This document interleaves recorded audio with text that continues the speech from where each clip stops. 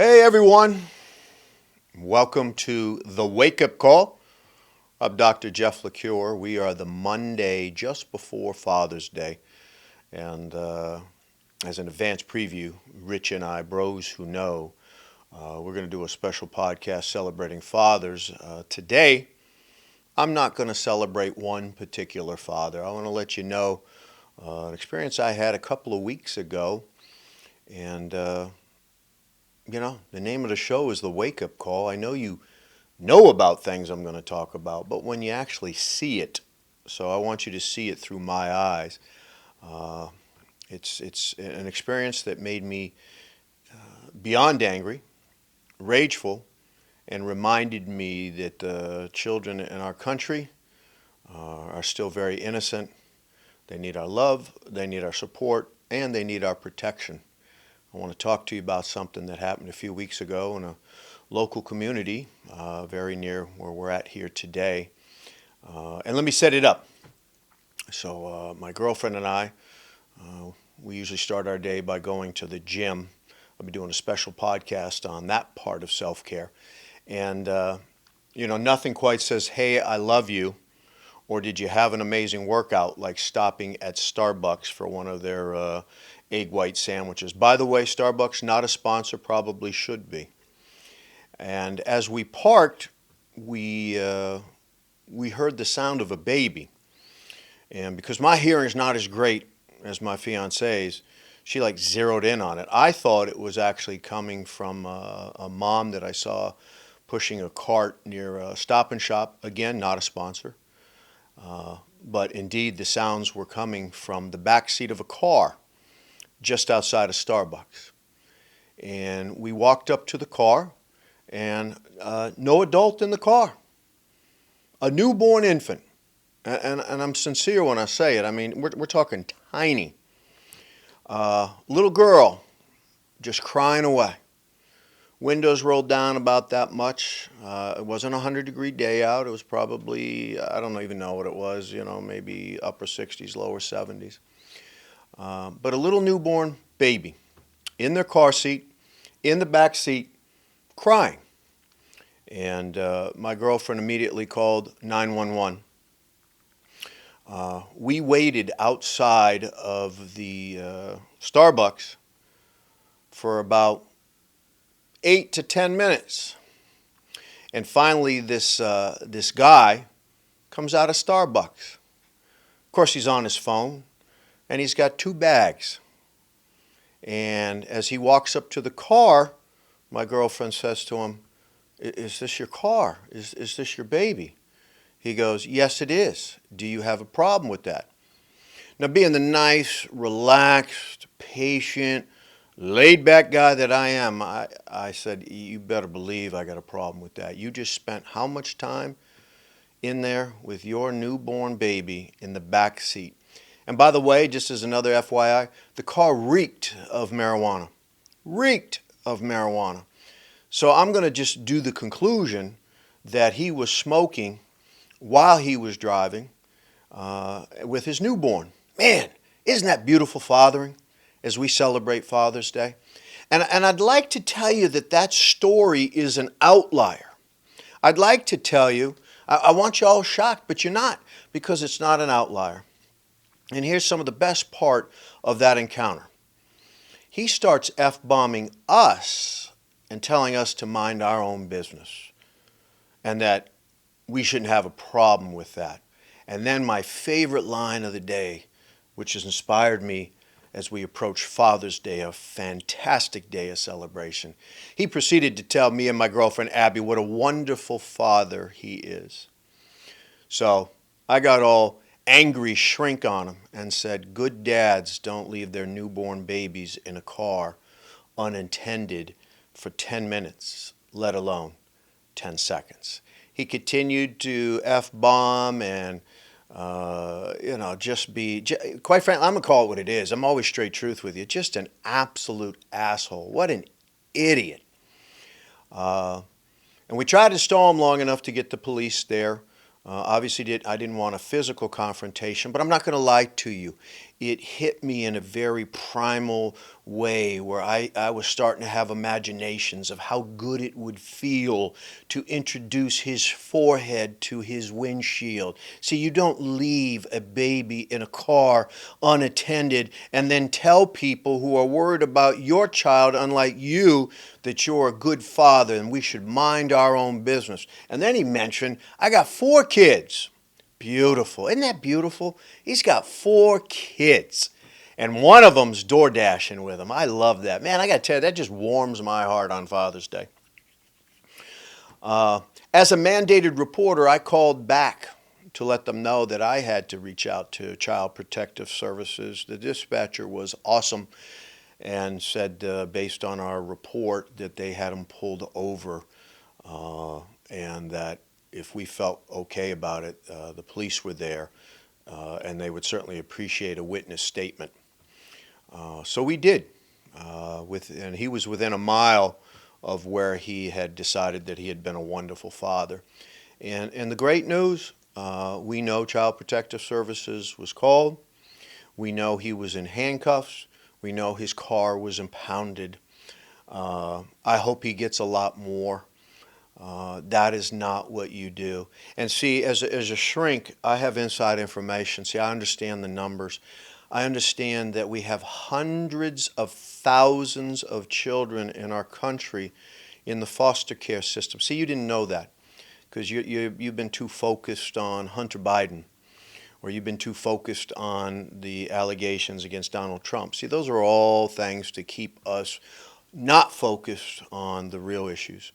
And here it is, Father's Day, and yet we have hundreds of thousands of children who are in foster care and residential situations who are not currently living with their own fathers. See, we got a lot of dumbasses. We got a lot of guys. We got a lot of males who love to have unprotected sex with numerous women and then try to say that they're a good father.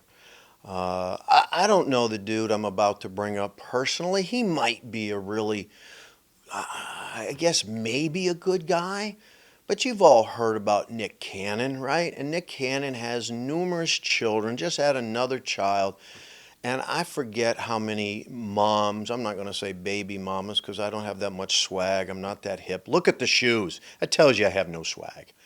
I have no street cred. So I'm just going to say he's got a lot of women pregnant.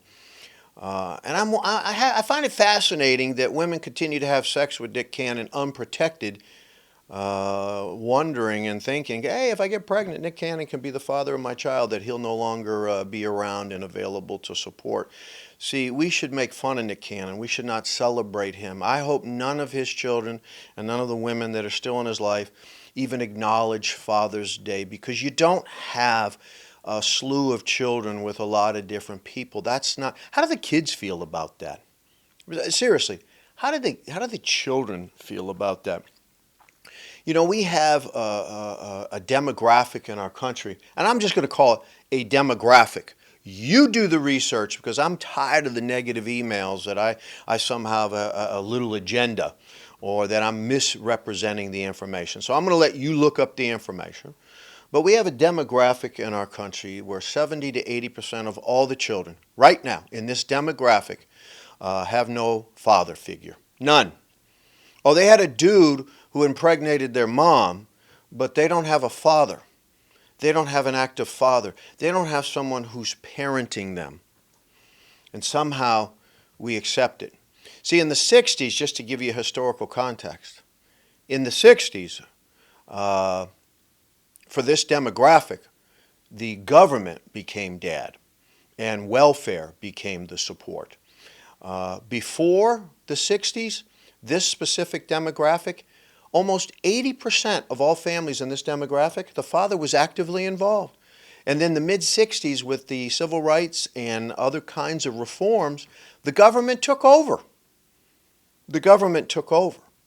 And until we acknowledge the importance of fathers, until we hold men accountable for being fathers, we need to really rethink what it means to celebrate Father's Day. And we should really have new cards They should all have asterisks on them.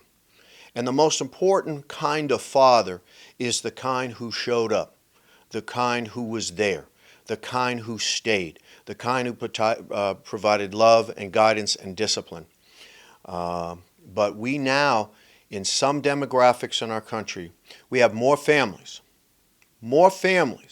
without fathers.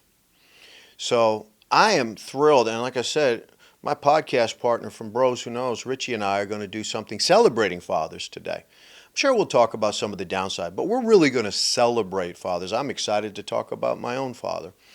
I'm excited to talk about his father.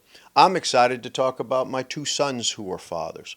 See, I'm excited to talk about that. See, I wasn't excited to talk with you today about the dumbass who got high and brought his newborn infant on a DoorDash job, goes into Starbucks, doesn't have enough credibility, accountability, or love for his child, and doesn't bring her in.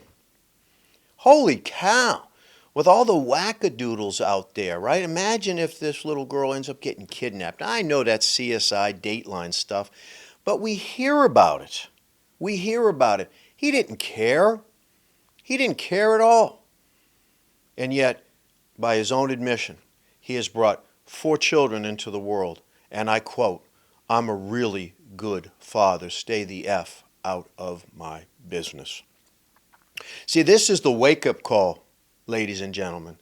I want to get in to your business.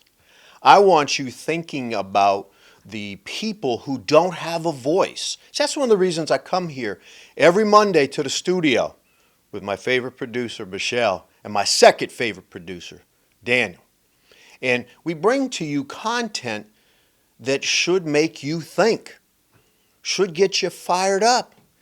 You should be angry right now that as we get ready to celebrate Father's Day, we have thousands, hundreds of thousands of children in our country who are growing up in a foster care situation or a residential care situation. I don't know if this newborn infant is at home. I don't know if she's with a relative. I don't know if she's now in the foster care system. What I do know is she has a dumbass for a father. And as a man, and I have to say it, I don't identify as a man. I am a man. Editorial finished. As a man, we have to come together and we have to make males. They're insecure, they don't give a shit, they clearly get high while they're driving, while they're going into Starbucks, and they also leave their newborn infants unattended. That's a male. See, as a man, as an alpha man, as a big dog, we have to hold males accountable for their behavior. And it starts with, who the hell are they sleeping with? And why are people choosing to sleep with him when you know he's not going to stay? 80% of our young men in a particular demographic don't have a male role model. They don't even know how to be a guy. They don't know how to be a man. They don't understand that being a man means you're gracious and you're kind and you're loving. And maybe most important, you're there. You are there. And for 10 minutes, this dumbass wasn't there. He was doing a DoorDash at Starbucks, and he left his newborn infant unattended. I'm Dr. Jeff LaCure, and this has been your wake-up call. I look forward to seeing you next week.